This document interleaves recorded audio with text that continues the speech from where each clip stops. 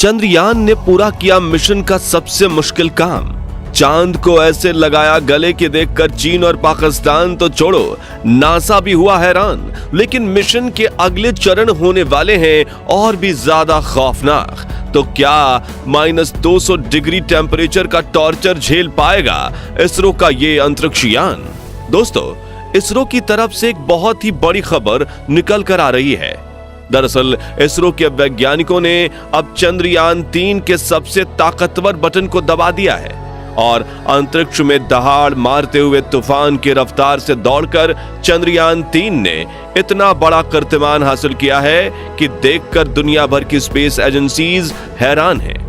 लेकिन अपनी इस उपलब्धि की खुशी मनाने के बजाय इसरो के वैज्ञानिक और ज्यादा टेंशन में आ चुके हैं, क्योंकि यह मिशन जैसे जैसे आगे बढ़ रहा है वैसे वैसे बाहुबली चंद्रयान की राह में नए नए संकट उभर कर सामने आ रहे हैं। तो आखिर चंद्रयान ने अपने मिशन के किस पड़ाव पर कामयाबी हासिल की है और इस मून मिशन से जुड़े कौन से संकट हैं जिनके बारे में सुनकर दुनिया भर के वैज्ञानिकों के बीच हड़कंप मच गया है? जानने के लिए वीडियो को अंत तक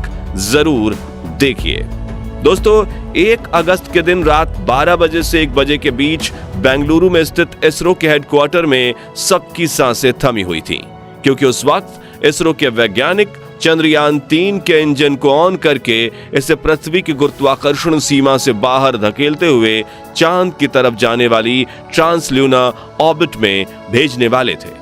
इसी दिन रात के करीब 12:15 पर वैज्ञानिकों ने पूरे 26 मिनट तक बटन दबाकर चंद्रयान के इंजन को ऑन किया और इसे 228 किलोमीटर इंटू 3,69,328 किलोमीटर की ऑर्बिट में धकेल दिया, जिसकी जानकारी देते हुए इंडियन स्पेस रिसर्च ऑर्गेनाइजेशन ने बताया कि हमने मिशन के इस सबसे मुश्किल चरण को सफलतापूर्वक पार कर लिया है और स्पेसक्राफ्ट बिल्कुल सही सलामत है। अब इसी ऑर्बिट में 5 दिनों तक सफर करने के बाद चंद्रयान 3 मून के स्फीयर ऑफ इन्फ्लुएंस में पहुंचेगा, जहां से हम इसे चांद के गुरुत्वाकर्षण सीमा में धकेल देंगे और ये इस मिशन का सबसे क्रूशियल यानी महत्वपूर्ण मैन्यूवर होगा।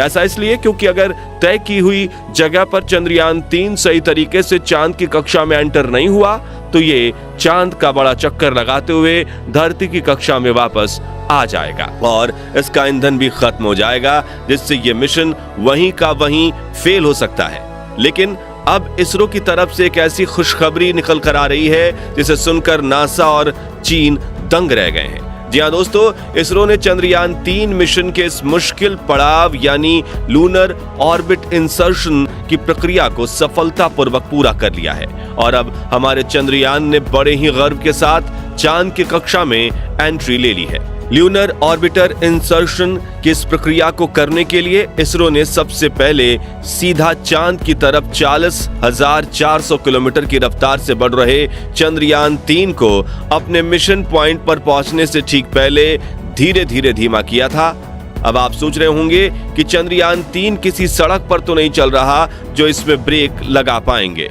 तो आखिर इसरो ने इसकी रफ्तार को कैसे कम किया? तो बता दें कि किसी स्पेसक्राफ्ट के रफ्तार को बढ़ाने या घटाने के लिए इसमें लगे इंजन का ही इस्तेमाल किया जाता है। जैसे कि अगर रफ्तार बढ़ानी हो तो पीछे की तरफ लगे पावरफुल इंजन को ऑन किया जाता है जो इसे आगे की तरफ पुश करते हैं, और जब रफ्तार घटानी हो तो इसके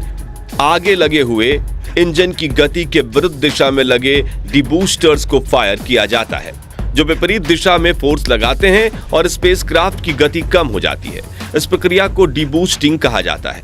जिसके जरिए इसरो ने चंद्रयान 3 की रफ्तार 10.3 किलोमीटर प्रति सेकंड से घटाकर 1 से 2.38 किलोमीटर प्रति सेकंड के बीच कर दी। जिसके बाद आता है इस मिशन का अगला पड़ाव, जिसमें चंद्रयान 3 को पूरा 180 डिग्री घुमाकर इसे चांद की कक्षा में धकेला जाना था, जिसके लिए मून ऑर्बिट के पेरिलियन पॉइंट को चुना गया था। अब आप कहेंगे कि ये पेरिलियन पॉइंट क्या है, तो ध्यान से सुनिएगा। पेरिलियन पॉइंट चांद की कक्षा का वो पॉइंट है जहां स्पेसक्राफ्ट और चांद की सतह का डिस्टेंस सबसे कम होता है। वहीं एपोलियन चांद की ऑर्बिट का वो पॉइंट है जहां से सतह का डिस्टेंस काफी ज्यादा होता है। आसान शब्दों में चंद्रयान 3 की अंडाकार कक्षा का सबसे नजदीकी पॉइंट यानी पेरिलियन और सबसे दूर वाला पॉइंट यानी एपोलियन। तो अब चंद्रयान 3 की रफ्तार भी कम हो चुकी थी और ये अपनी तय की गई जगह यानी पेरिलियन पॉइंट के पास भी पहुंच चुका था। तब इसरो के वैज्ञानिकों ने असली बटन दबाया और इसके इंजन को ऑन करके इसे घुमाते हुए ऐसा धक्का दिया कि ये चांद की कक्षा की तरफ बढ़ने लगा और सही रफ्तार एवं एंगल होने की वजह से चांद के गुरुत्वाकर्षण ने इसे पकड़ लिया और अपनी कक्षा में स्थापित कर दिया। अब इस मिशन के अगले चरण की बात करें तो चंद्रयान 3 अगले 13 दिनों तक इसी तरह चांद की कक्षा में कुल 5 चक्कर लगाएगा और इसरो के वैज्ञानिक समय समय पर इसके इंजन को ऑन करके इसकी कक्षा को घटाते रहेंगे। इसरो के प्री डिजाइन प्लान के मुताबिक 6 अगस्त के दिन चंद्रयान 3 का इंजन ऑन करके इसे चांद की दूसरी कक्षा में और 9 अगस्त के दिन ये चांद की तीसरी कक्षा में प्रवेश करेगा। फिर 14 अगस्त के दिन वैज्ञानिक इसके इंजन को ऑन करके इसे चांद की चौथी कक्षा में डालेंगे, जिसके 2 दिन बाद 16 अगस्त के दिन इसे चांद की 5वीं और आखिरी यानी कि 100 × 100 किलोमीटर की कक्षा में डाला जाएगा और यहीं पर चंद्रयान 3 प्रपल्शन मॉड्यूल का सफर खत्म हो जाएगा। जी हाँ, आपने सही सुना, क्योंकि इसी कक्षा में गोल गोल घूमने के दौरान चंद्रयान 3 के प्रपल्शन मॉड्यूल और लैंडर मॉड्यूलर एक दूसरे से अलग हो जाएंगे और यहां से विक्रम लैंडर को अपने मिशन के आखिरी और सबसे मुश्किल पड़ाव के लिए अकेले आगे बढ़ना होगा, जिसके लिए 20 अगस्त के दिन इसे चांद की 100 किलोमीटर × 30 किलोमीटर की कक्षा में धकेल दिया जाएगा, जहां घूमते हुए यह अपनी लैंडिंग साइट का दौरा करेगा और धीरे धीरे डीबूस्टर इंजन की मदद से अपनी रफ्तार को कम करेगा और फिर 23 अगस्त के दिन यह चांद की सतह पर नीचे जाने के लिए रवाना होगा और शाम 5:47 पर यह चांद पर कदम रखेगा। लेकिन दोस्तों, यहां हम आपको जितनी आसानी से यह प्रोसेस समझा रहे हैं, असल में ये उतनी आसान बिल्कुल भी नहीं है, बल्कि मिशन के हर पड़ाव को पार करने की प्रक्रिया में इसरो के वैज्ञानिकों के तो पसीने छूट जाते हैं और लैंडिंग के आखिरी 15 मिनट तो इतने ज्यादा खौफनाक होने वाले हैं कि उनके बारे में सुनकर आपका भी गला सूख जाएगा। तो जैसा कि आप जानते हैं कि आज से 4 साल पहले हुआ चंद्रयान 2 मिशन लॉन्च के बाद पूरे 48 दिनों तक अपने मिशन के सभी पड़ाव को बिल्कुल सही तरीके से पार कर रहा था, लेकिन लैंडिंग के आखिरी 15 मिनटों में इसरो का चंद्रयान 2 से कनेक्शन टूट गया था,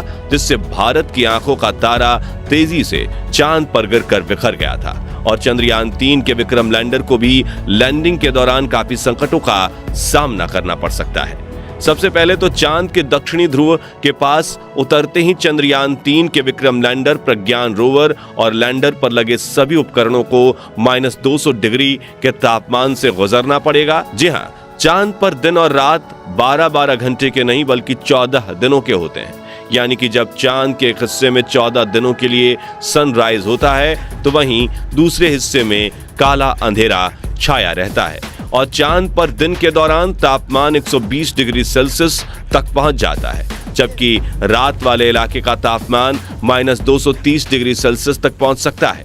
ऐसे में चंद्रयान 3 को कुछ दिन पृथ्वी से बहुत ज्यादा और बहुत दिन कम तापमान का सामना करना पड़ेगा। वहीं चांद के दक्षिणी ध्रुव के पास दूरी ज्यादा होने की वजह से कई बार धरती पर बैठे वैज्ञानिकों का संपर्क टूट जाता है। इस वजह से पिछली बार वैज्ञानिक चंद्रयान 2 को संभालने में नाकामयाब हुए थे और वो क्रैश लैंड कर गया था, लेकिन इस बार वैज्ञानिकों ने इसे आर्टिफिशियल इंटेलिजेंस के साथ 9 एडवांस सेंसर शामिल कर बनाया है, जो इसे खुद निर्णय लेने के लिए डेटा और क्षमता देंगे। लेकिन फिर भी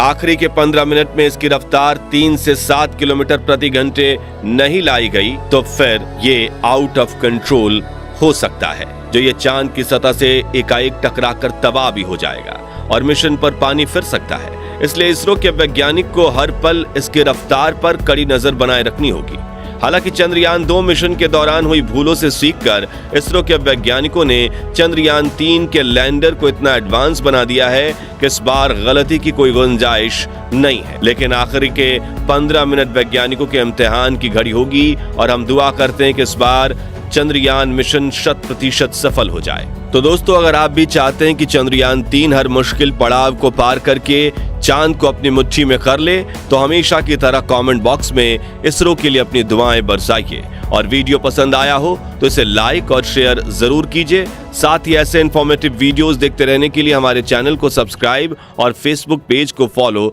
जरूर करें। धन्यवाद।